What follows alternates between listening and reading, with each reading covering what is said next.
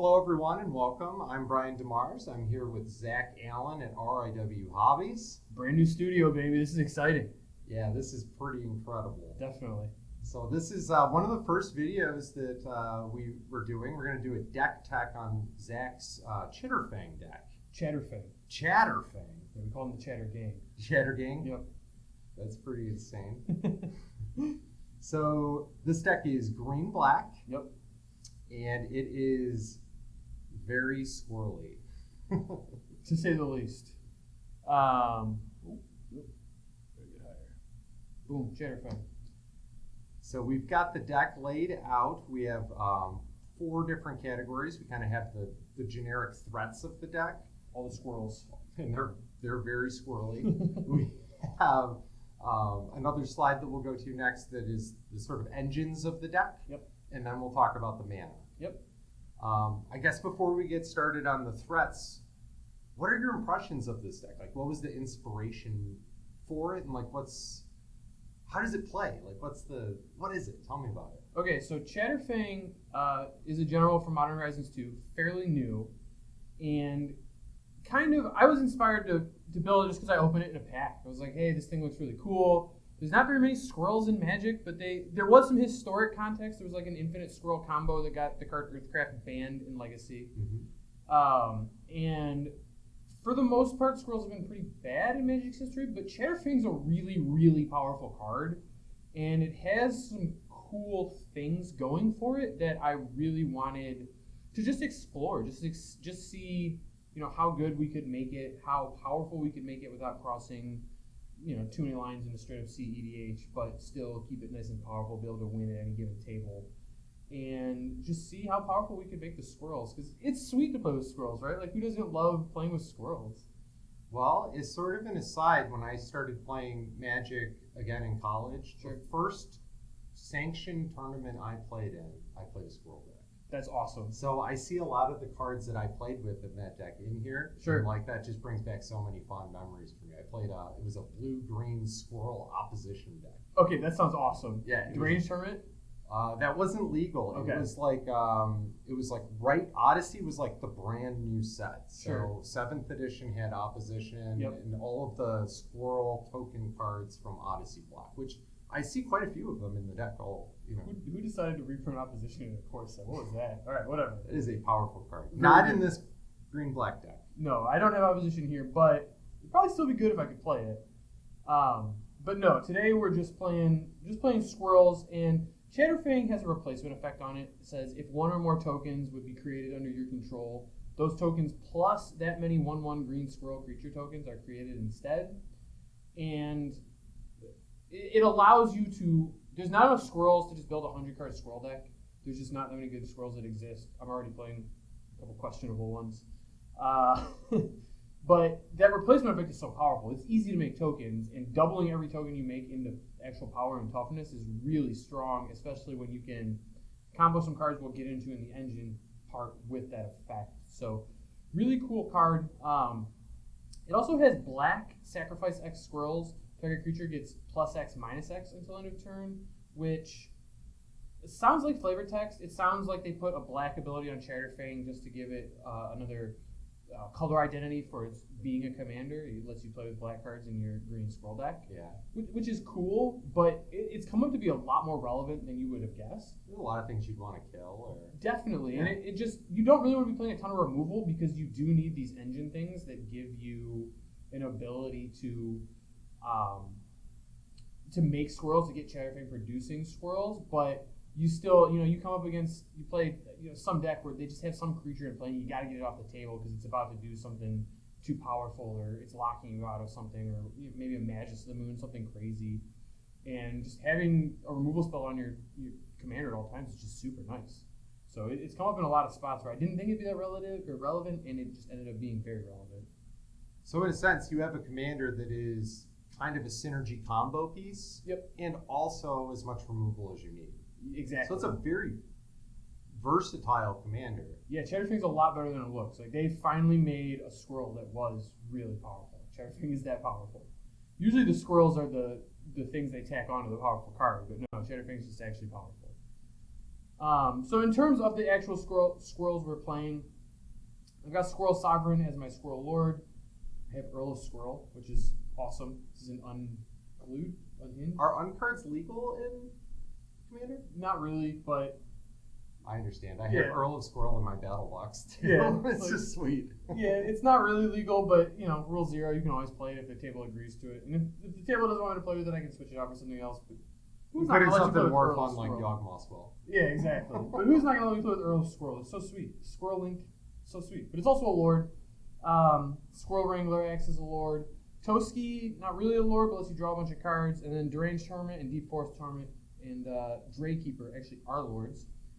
And massive token generators. Yes, and they make a ton of tokens. And then for the rest of these, I have a bunch of squirrels. Shadow Squirrel makes squirrels. These are all 1 mana squirrels, essentially. So we've actually got the deck laid out by mana cost. Yep. 1s, 2s, 3s, 4s, 5s, and up. Yep. Chatterstorm can usually makes like 2 or 3 squirrels in this deck, which is kind of cool. Scurry probably is pretty bad, but it's a squirrel, so I had to play it. Verdant Command has been the exile in the graveyard, or target card from a graveyard has been pretty nice. You do play against a lot of reanimate, animate dead, whatever in Commander. So it's come up that was better than you think. I'm mostly playing it for target creature, or make 2 squirrels, but it's been better than you'd guess. So I think this is a good question to ask. So if you were sitting down to play with 3 unknown people, and you did rule 0, how would you describe the power level of this deck? So, we'll get to it later. I would say this deck is very powerful. This deck has some cards in it that are looked upon as premier cards in EDH. I saw some of those. Yeah, so it's not. It actually has an infinite combo with the commander, which is, it's probably like an 8 or a 9 on a power level scale. Not quite CEDH. I'm not just mono tutors, mono disruption type situation. I am playing Changeling Outcast and Nested Shambler and some stinkers, if you will, to keep it squirrely. But to up your flavor level, really. Yeah, it's a flavor thing, but you've made some concessions away from CEDH in order to have your deck be like a true squirrel deck. Like definitely. When I look at this deck, like this is a squirrel deck to me. This is a nice squirrel deck. It is a squirrel deck, definitely, but yeah, power level, definitely an 8. You'll see it later when we get to the lands, but there's a Gaia's Cradle, and anytime you put Gaia's Cradle in a commander deck, minimum like 6 or 7. Like that's just a really powerful card. For the rest of the threats, though, the only other one I really want to hit on here is Crater of Behemoth. It is just the best green win con in the format, and doesn't really have synergy with the deck, but tokens plus Crater. Yeah, tokens plus Crater Hook is just such a good way. And you find yourself in a lot of games in Commander where someone gained an obscene amount of life or has established something that's like ridiculous, and it's like Crater Hook just is gonna kill them no matter what. It just goes so crazy. So I think we've covered the threats in general. Are there any other threats? Like if you had to pick maybe 5 or 6 that you think are like, for somebody looking to build a squirrel deck, like you got to do these. Like these are the sweet ones. Like which ones? Well, okay, so I like Tireless Provisioner and Scoot Swarm. You can see most of these are squirrels, and I really tried to keep things squirrel-based, squirrel-flavored, but Scoot Swarm is just so good at making tokens. It just works so well with Chatterfang. It just starts making so many tokens that you just end up getting infinite squirrels, and it just is one of the better things to pair with it. So I would always include that. And Tireless Provisioner does a very good job of kind of doing the same thing where it makes squirrels tokens at the same time as making mana, which is a really good way to pair those two. Like, Lotus Cobra, but instead of just getting a mana, you get a squirrel token, and then the mana to be used anytime. Like a treasure is a lot better than a floating mana. These two are really, I think they're really slept on in Chatterfang in general, and you should probably always have them in Chatterfang decks if you're trying to keep it more powerful. And they look like pretty fun cards to like have in play. They give you a lot of things to do. A lot of fun on your side of the table, not so much on the other side, which is the mark of a good card generally. All right, so I think let's move on to the sort of engine cards of the deck. Let's do it. So these cards they're not threats per se. they don't sit on the field and kill somebody, but these are the powerful cards in the deck that make you do powerful things. Yeah, absolutely. And there's kind of a theme amongst them where some of them are just tutors. They let you find the other pieces, but they're mostly very good with 1/1 creatures or protecting a board of 1/1 creatures. But, Skull Clamp, Sword of the Animus is kind of a repeatable ramp thing. Earthcraft, using your creatures as ramp. Vanquisher's Banner, Door of Destinies, Coat of Arms, Sylvan Anthem, all of these things, even Masquerade Nexus to some extent, all of these things are very good with 1/1 squirrels, which is something Chatterfang is going to give us a lot of. And you really want to find effects like that, where, I might just have a Tireless Provisioner in play and some other thing making tokens, maybe the Scoot Swarm. Well, all of a sudden you play a Door of Destinies and you name squirrels, and every squirrel Chatterfang makes goes from making a 1/1 to a 2/2, a 3/3. All of a sudden they're making 15/15s, and the game just ends very, very quickly. Just a really powerful way to push damage through stalled boards, which come up a lot in Commander. I mean, when you're playing as 4 people, everyone's playing blockers. Boards do tend to get very stalled, so just being able to make your guys big enough to punch through those stalled boards, and not just one, but punch through multiple stalled boards, is really important. And Coat of Arms and Door of Destinies are just great at doing that. And especially so because green-black is not a great evasion color combination. So you don't have a lot of fly. Do you have any flyers? I have no flyers. I think I have one Beladros Witherbloom, which has flying, but it's more in here to make tokens. So you are not going to beat people by being sneaky. You are going to make giant squirrels. Yep. And pummel through everything they have. I'm trying to flood them with squirrels. I don't know if you've seen oh god, what's the DC comic book movie where they are the bad guys? I don't know that one. What is I'm that? just kidding. Suicide Squad. I did not see that. Okay, so there's a Suicide Squad movie that just came out where there's a girl called the Rat Catcher. She has a lot of rats. It's that, but with squirrels. Nice. I would have said Rat King from Ninja Turtles. Basically the same thing, but squirrels. Squirrels. Yeah. They're cuter. Yeah, fair. They're still Roman though. Yeah, it's true. But I mean, who doesn't love a squirrel? And there's a bunch of sweet squirrel tokens in Magic's history. That is true. Do you have the on one?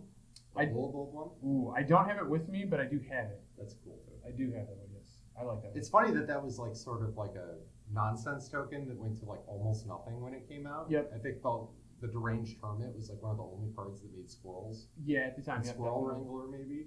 Yeah. But like now squirrels are good, and that's like a really nice token. Oh yeah, one for of sure. the Premier. top shelf tokens. Yep. Definitely. I also noticed when I'm looking at this this slide of spells that the top row are like almost cards that could go into any green-black deck. Yeah, They're definitely. just great cards. And green has that amazing ability to like tutor for a green creature directly into play onto the battlefield. Yes, I And you're mean, playing all those. yes. There are other tutors I could have played in green, like Worldly Tutor. I think there's another Sylvan one. Tutor. Sylvan Tutor, yep. But no, I wanted my tutors to put the creature directly in play because I think that's just what green does best, especially when you have a surplus of mana, which you'll notice is something, especially when we talk about some of the later stuff, something this deck is good at doing.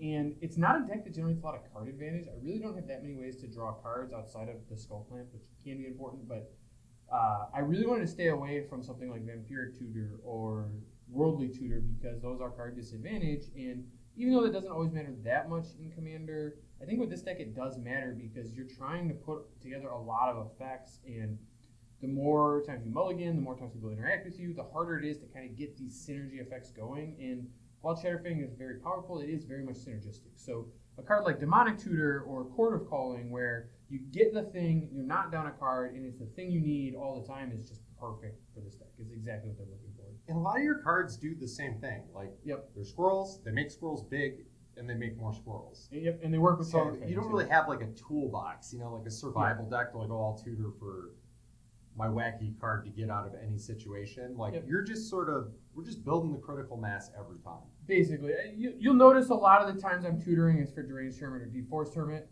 That tends to be the thing you get the most. Although sometimes you just want to get a Crater Hoof because it's going to be lethal. But yeah, I mean, a lot of the times you just... The Deranged Hermit and the Deep Forest Hermit are just the best two things to get. They make a ton of tokens, especially with the Chatterfang in play. They both make 8 squirrels, which is just... That's a lot, even for Commander standards. And then they pump them, which is just... 16 power across 8 bodies is a lot. Even in Crimping, that's still a lot. You have one removal spell. Yeah, you need a catch-all. Beast Within is green's best thing. I've considered also playing an Assassin's Trophy. It's like, the 101st card, 102nd card, right on the edge of something I want. But like I said, I have access to removal at all times with Chatterfang being the general. So it's more of just like a, hey, sometimes someone has an Ensnaring Bridge or a Blood Moon, or it's just something you gotta get off the table, and it's nice to be able to find that Beast Within and just get it off the table. Well, I think that sort of is a good explanation of the spells in the deck. Let's take a look at the mana real quick, because that's something that every EDH player cares a lot about. Definitely. I think, and I do think people care about mana, but I think it's underestimated how much. I think newer players tend to care about it less than they should. I'll say that much. Because mana is really important in EDH. It's, if you can't cast your spells, you're going to lose. In normal Magic, constructed Magic, one-on-one, if you can't cast your spells, well, sometimes your opponent floods, sometimes they screw, and over time you're going to, maybe draw the lands you need or draw the spells, whatever you can get out of it. In 3v1, if you miss land drops for a couple turns, you're in trouble. Like, you're at the mercy of the other players. They can take you out right then and there. Maybe one other player is going to have mana issues, but all 3 of them certainly aren't. So they're going to have good draws. So it's really important to get your mana right in EDH. I think that's really slept on in the format. And I think that like the style of deck that you're playing, where you're building to a critical mass, is a very popular type of strategy. Maybe not squirrels, maybe not tokens, but you're always building mana and working towards doing more and more things every turn. Yeah, definitely. I mean, so if you start 2 turns, if you take 3 turns stumbling around, you'll never catch up to the people who are in the lead. Definitely, and you're right. I mean, zombies do this. Equipment kind of plays like that, where they're building a mass, but they're building it up instead of wide. And there's blue decks do the same thing. Blue decks get to the point where they're doing their combos, and there's just a ton of. There's a ton of decks like this. Any tribal deck is good. Goblins, elves, whatever you want it to be. They all kind of function like this. And Squirrels isn't particularly better at any of these things than any of those other decks. You just have a really powerful general. Chatterfang's a lot more powerful than many of the goblins and or elves and or whatever lords you could play. It's a really powerful card. So that's kind of your advantage, is that your general's an engine all on its own. And it's something you need to take advantage of. And Chatterfang is mana intensive. You need to be casting all that stuff. So the mana is super important. And that's kind of why you see the Cradle. The Cradle just works super well with Chatterfang, but then just lets you go crazy. It lets you cast all the things. And it's one of the best things to abuse as a squirrel deck, because there's not very many other decks that can even play it. Like Goblins can't play Cradle. Unless you have a green-red Goblin general. Sure, I guess you could play like Grum Gully or something, Wart, something like this, sure. But for the most part, Goblins tend to be just mono red, and they're not going to get to play it. And, like Merfolk won't be able to play. I guess Merfolk, there's blue-green ones. Whatever. You don't see a lot of Cradles in decks. This is a deck that's very good at abusing it, especially when you have something. Does Earthcraft untap it? I think it does, right? That was basic. Oh, yeah, basic. All right, I lied. So you can't go off with Earthcraft on Cradle, but it doesn't matter. Chatterfang just goes so crazy. Chatterfang just makes so many creatures. Like, you do a token making effect, and then you put it with a Chatterfang, and all of a sudden, your Cradle's having for 10.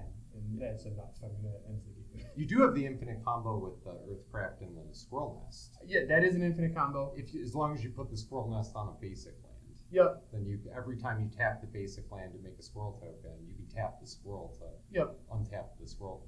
Yep. Rinse and repeat. It is an infinite combo. It's one of the more fair infinite combos. You make infinite guys, but they're all tapped and can't attack or block, and it's pretty easy for someone to then just cast a Wrath and blow up your land, or your land gets Field of Ruin or Wasteland or Ghost Quarters or whatever it is, Beast Within, and then you're out. But it is an infinite combo. It's powerful. It's something you can definitely do. So the way we have these lands kind of laid out, we have the basics on the top. Yep. And then some of the rampier lands, like the bounce land, the blighted woodland. Yep. Ancient Tomb, Temple of the False Gods. A lot. I'm trying to play as many lands that tap for 2 mana as I can. Yeah. Because this is a green deck that's not elves, and elves has the advantage of all your creatures tap for mana. This deck doesn't do that, so to keep up with a deck like that, I really want my lands to tap for 2 mana. And it's nice that like you know there's going to be wraths at the table. Yep. So like you're not necessarily like we're an elf deck. If they wrath, your mana is gone. Yep. In this deck, because you're actually sort of holistically building your mana every turn by making land drops and having soul lands and stuff like that, it sort of insulates you maybe a little bit more than an elf ball deck might.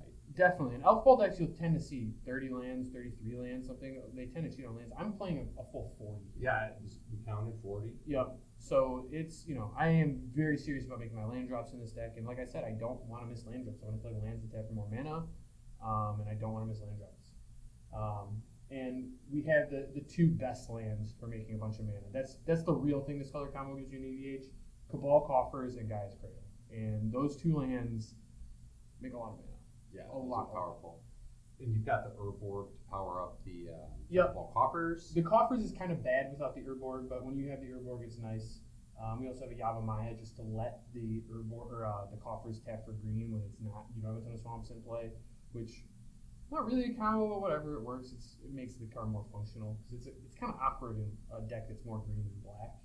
And I like that you've sort of brought it. I think you could bring this deck up to like close to a 10. It may not be like the best CEDH deck of all time, but it would be really broken if you were playing more of the tutors. Yep. Like if you had Vamp, Yep. Expedition Maps, Sylvan Scrying, just a million cards to find your Cradle. And you just cradled every game. Like you're kind of on drawing Cradle naturally, and when you do, you get to do something really powerful. Definitely, that is what this deck is doing. And I do have the demonic tutors, so sometimes I can go get it. But you're right; it's more of just I'm not trying to break it. But if I was trying to make this a CEDH deck, yeah, crop rotation, expedition map, Sylvan Scrying probably. There's a 1-mana Elvish Reclaimer, I think it is, that is basically a crop rotation on a body. Oh, crop rotation. Yep, So I play those, and you'd probably be getting Gaia's Cradle 99% of the time, but the other one you'd get in those in a situation where you don't need the infinite mana that Cradle is going to give you. Well, Skull Clamp would be good, but Field of the Dead from those land tutors. Yeah. Oh, from lands. Yeah. Yep. And Field of the Dead is awesome with Chatterfang. I mean, it's awesome anyway. It's gonna give you 2/2s. It's gonna give you a lot of bodies to do stuff. But you pair it with Chatterfang, and every land drop giving you a 1/1 and a 2/2 is just really absurd. It's just super broken. I like that as a way of building a deck that gets to play with powerful cards that you like. Yep. Where you just don't max out on tutors. Because like if I look at this deck laid out, my mind immediately goes, best cards in your deck, Cradle, Skull Clamp. By far. Yep. Like with this deck, you would just want to find, like if you were just trying to be as cutthroat as possible, you'd be finding Skull Clamp and you'd be finding Cradle first and then Skull Clamp, and you would just do that. I think Skull Clamp's worse than you think it is. Only slightly. In a Squirrel deck? Yeah, it sounds like it's amazing, but it's definitely a top 5 card in the deck, don't get me wrong, but I would emphasize that... Oh, Earthcraft too. Earthcraft is actually more broken. Yeah. But I would emphasize that Cradle is like better than every other card in this deck by miles. So yeah.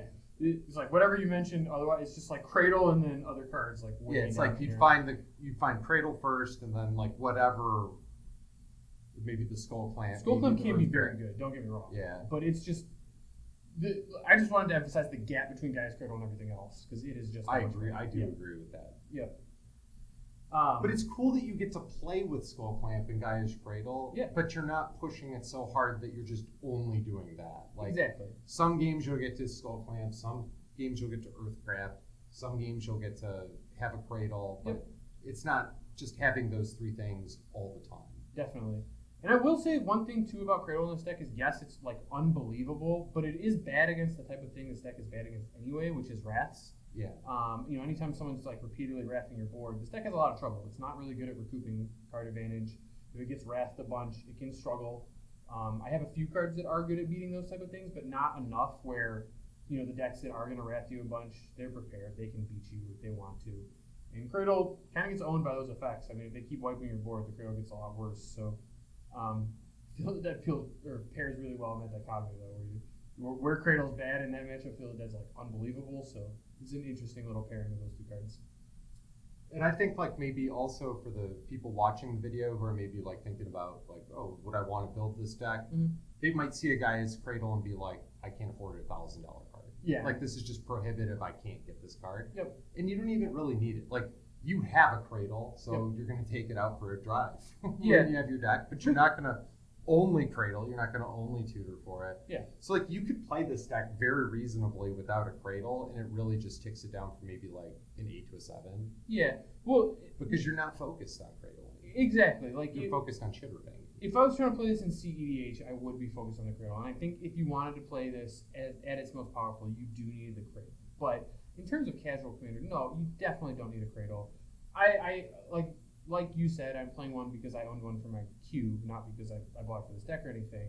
I would actually think maybe like for like just to have the deck to play it, like and make it like sort of reasonable to the point where you're not going to like get embarrassed by other people with decent decks. I think like maybe the expensive card in the deck that would be the one to get would maybe be like the Deranged Hermit. The Deranged Hermit's a good one. Because you have so many ways to tutor the Deranged Hermit directly into play, and it's the best one. Yep. I also think Earthcraft is a lot better than it looks. Mm. Earthcraft is another really, really good one. I think Earthcraft is really underplayed in CD or just in EDH in general. So like if you could play Earthcraft in a deck, it's really, really powerful. They don't make cards like that anymore. Cards that let creatures tap for mana with haste is really broken. I mean, it's one of elves with I forgot the elf's name that lets you tap 3 elves. Elvish. I don't know. Do you remember the elf? Birchler Ranger? No, it lets you tap 3 elves to make 3 mana.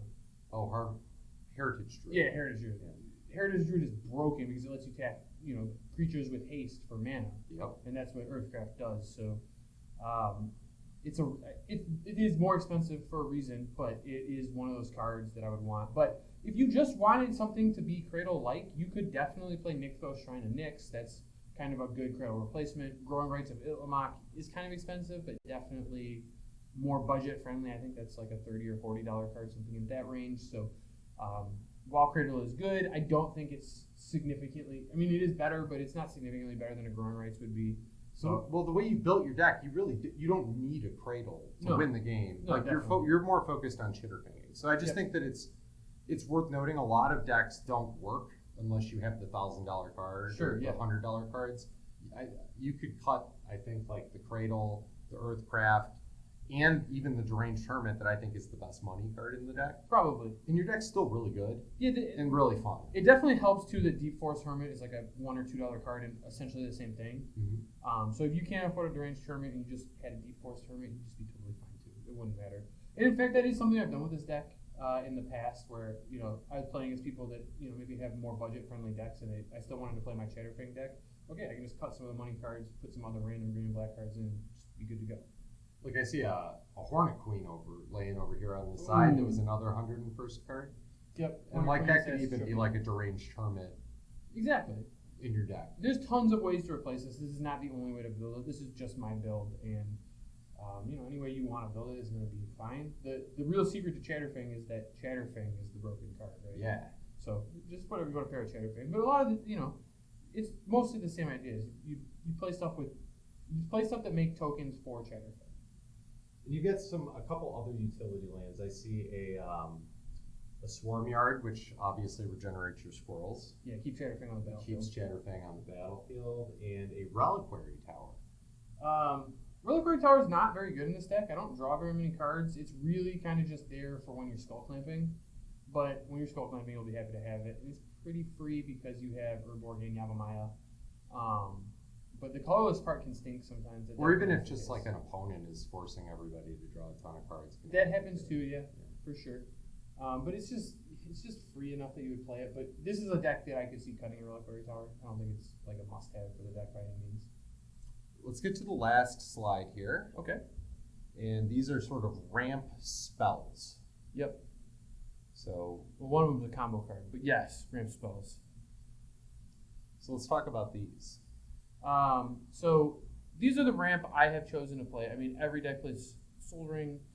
Basically, I've never seen an EDH deck that doesn't. 3 visits is good, but I mean, mostly the same thing as a Farseek or Rampant Growth or whatever. Does it get a forest?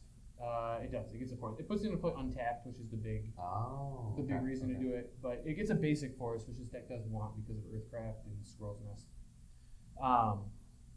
You've got another token maker in Awakening Zone that's also a ramp spell. Astronaut's Altar that lets you sack scrolls for mana if you want to cast something bigger like a Greater Hook or Coat of Arms or something. Do you have Finale any Devastation. combos that run through the Astronaut's Altar? I know that that's like typically a combo card. It does tend to be combo-ish in this deck. It's just a fair sacrifice thing. Although, the combo card here is the black guy. What's his name? Pitiless Plunderer.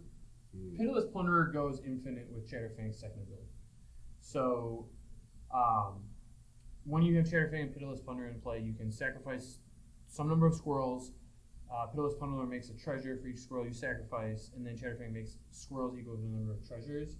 So essentially, you can end up kind of going infinite with it, where you just make tons and tons of treasures. You never get more squirrels than you sacrifice, but you can get infinite treasures. Once you sacrifice more than one squirrel at a time, you can make infinite treasures. So, you put that together, you get infinite mana, and that's a pretty good way to ramp. Just make infinite mana, and that one's cheap, so it tends to even be better than Gaia's Cradle in terms of making Which one?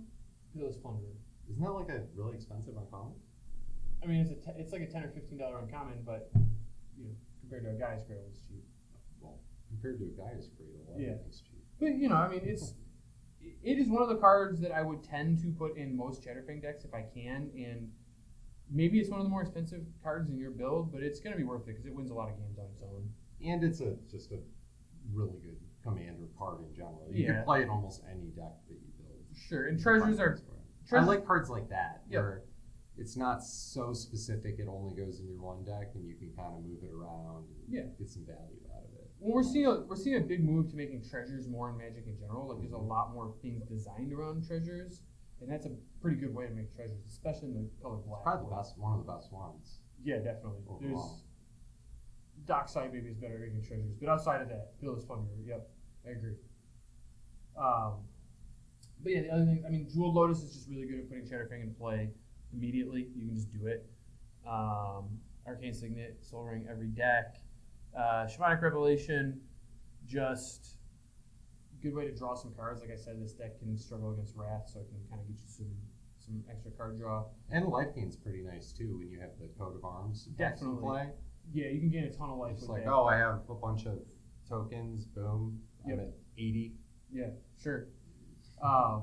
It can get you out of burn range for sure. Sometimes you get crackled with power or whatever. But the other one, Doubling Season. Doubling Season is absurd. That's another expensive one, but oh my goodness, is that card broken with Chatterfang. That's just one of the best cards in the Yeah, format. it's one of the best green cards in the format in general, but it is specifically very, very good with Chatterfang because it just like Chatterfang already doubles your token making effects, and then it doubles it again, so they just grow exponentially with each other, and it just gets really, really crazy. So yeah, I mean, you can go from having no board to playing a Doubling Season in a Chatterfang, and all of a sudden you have 50 squirrels in play, and the game's over. So it is really powerful effect. I'm not really doing any Planeswalker stuff with it. I guess I have a Vivian, but it's not really about the counters thing. It's mostly just about doubling Chatterfang, and that's good enough. That's a really powerful way to use the card. So that's basically what I'm doing. Like I said before, this is a more expensive build. This is a more powerful build because I've been playing Magic for a long time. I have access to these cards, but the secret to the deck is really just Chatterfang. Any way you want to abuse it is a good way to do it, in my opinion. So I would strongly recommend trying it out. Chatterfang's really fun to play with too. It's just a cool card. He looks sweet. I think my favorite part about this deck is sort of the inspiration from which you built it. It's like so natural. Yeah. Like you opened a sweet version of a sweet card and you were like, I have to build a deck around this. Yep. This is so cool.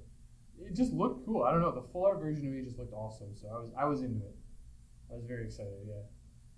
And I also like the way you dialed back on your tutor effects, but still played with like iconic, powerful Magic cards too. Yeah. I like that too. I think that's like a real smart way to get to like a 7 or an 8. Yep.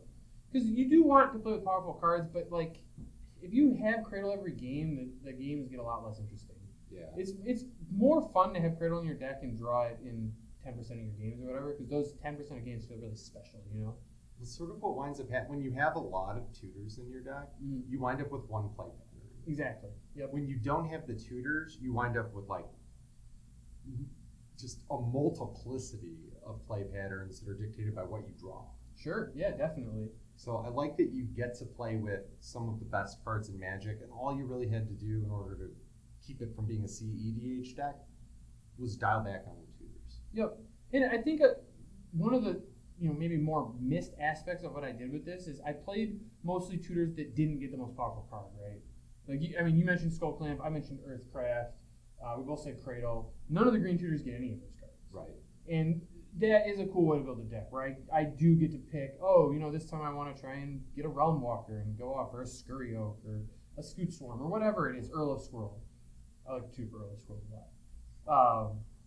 So, you get that thing, and that's cool, that's fun, and that's just a good way to play with the deck, I think. I think that pretty much rounds out the deck. I talked quite a bit about it. Yeah. And thanks for sharing the deck with me and with everybody out there. And happy to talk us out. Definitely. Happy to share with everybody. Happy to show off a sweet EDH deck. Stay tuned for more of these because believe me, there's a lot more coming on the channel. We will have deck techs aplenty for the folks out there, and let us know if you wanted to see anything different with any of the deck techs, and if you wanted it shorter, less in depth. Quicker to get through. Maybe you wanted more. Maybe you want us to focus on the Manabase more. Maybe you want more budget. Let us know. Get in the comments down below and let us know what you want to see in these, and we'll be happy to provide that. And with that, or suggestions on decks you'd like deck tagged. Yeah, anything. Definitely give us some suggestions. We'll be happy to do any of those things. And with that, we'll talk to you guys next time.